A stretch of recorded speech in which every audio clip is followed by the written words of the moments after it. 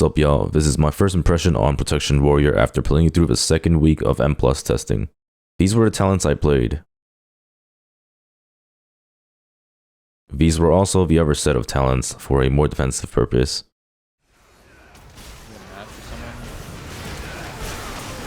Holy, okay, it's certainly hurting. Good thing I'm a heal tank.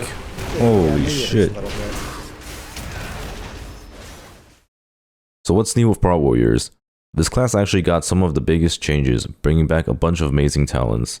If anyone remembers how amazing BFA Prot Warrior was, it is back. Avatar is once again a really strong and short cooldown because of anger management and unstoppable force. Since we have anger management and impenetrable wall, the shield wall is also a really short cooldown. Warrior base mitigation is also absurdly good now, with shield charge plus champion's bulwark, enduring defenses, and heavy repercussions. Shield block can be kept up 100% of the time. Warrior's rage economy is also so high due to blood surge, war machine, violent outburst, shield charge, demo shout being on a short CD, and with thundering lord plus booming voice. This all makes it so that we can spam ignore pain effortlessly while having extra rage to spend on keeping up shield block and revenges. Passively, warriors have a ton of absurd talents that increase their damage and survivability. One-handed weapon specialization and leeching strike gives warrior passive 10% leech. This 10% leech plus indomitable, pain and gain, and impending victory all provide Prot Warriors with crazy amount of self-sustain that they've never had before. The warrior tree is also full of other extremely high value 1-point talents that would take up this entire section of the video. As you can probably tell by now, the warrior talent tree is overloaded. Almost every single talent is worth 1 point and gives more value than most other class talents that would require 2 points. Ren is a new bleed for Prot Warriors and will apply automatically on Thunderclap. Tough as Nail is also another very high damage passive talent. Revenge, Thunderclap, and the 3 bleeds have a ton of different modifiers from talents that increase their damage. This is one of the few tanks that have lost almost nothing from Shadowlands and gained a ton of new tools.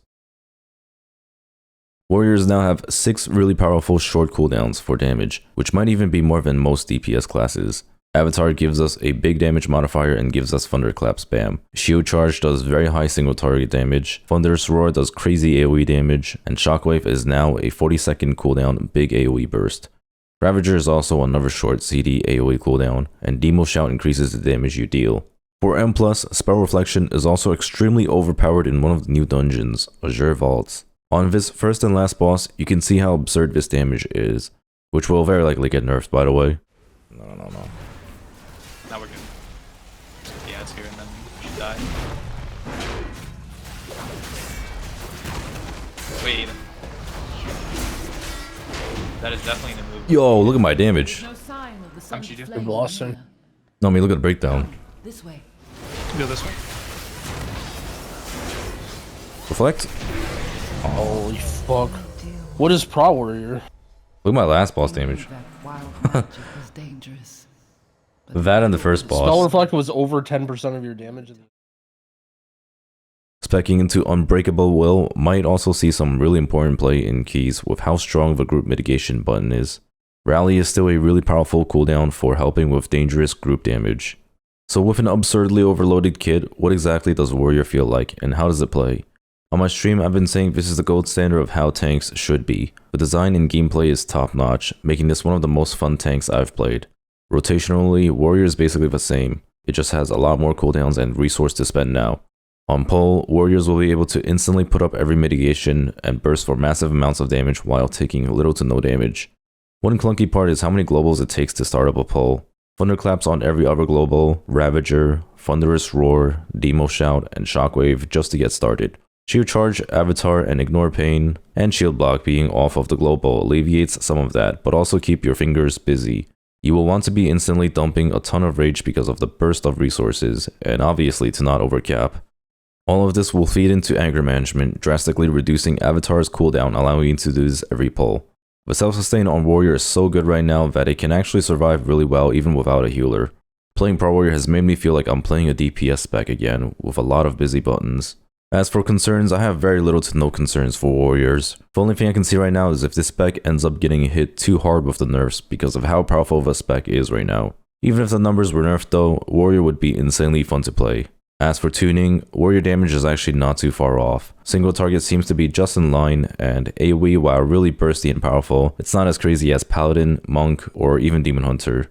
Warrior is, however, extremely tanky even against magic and bleed damage, which is completely different from how they used to be. And as I've said before, they sustain harder than ever before.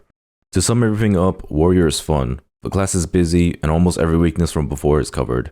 There are also a lot of different build options. You can always spec for more survivability, more group utility, or just go for full damage if you want. Blizzard did an amazing job with Warrior, and it's looking to be a bright expansion for Warrior players. I would have loved if every tank was like this, but unfortunately they ran out of time. If you guys aren't Warrior players, I'd highly suggest giving it a shot in Dragonflight. That is all for the video. Hope you guys enjoyed it. Leave a comment on what you guys think about Warrior, and if any of you guys will try it out. What? Wait, is he healing? Oh, when the ads get to them, they heal for 50% of their max life. And it's probably Mythic 0 max life, so it does nothing. Right? That would make sense. I thought I saw his HP go up. Maybe I'm tripping. Alright, Timber. This is only the bad part about this dungeon still. Okay. But it's like, whatever, I guess. Gonna just AFK here a little bit. Just gonna do 2 minutes of OP, it's fine.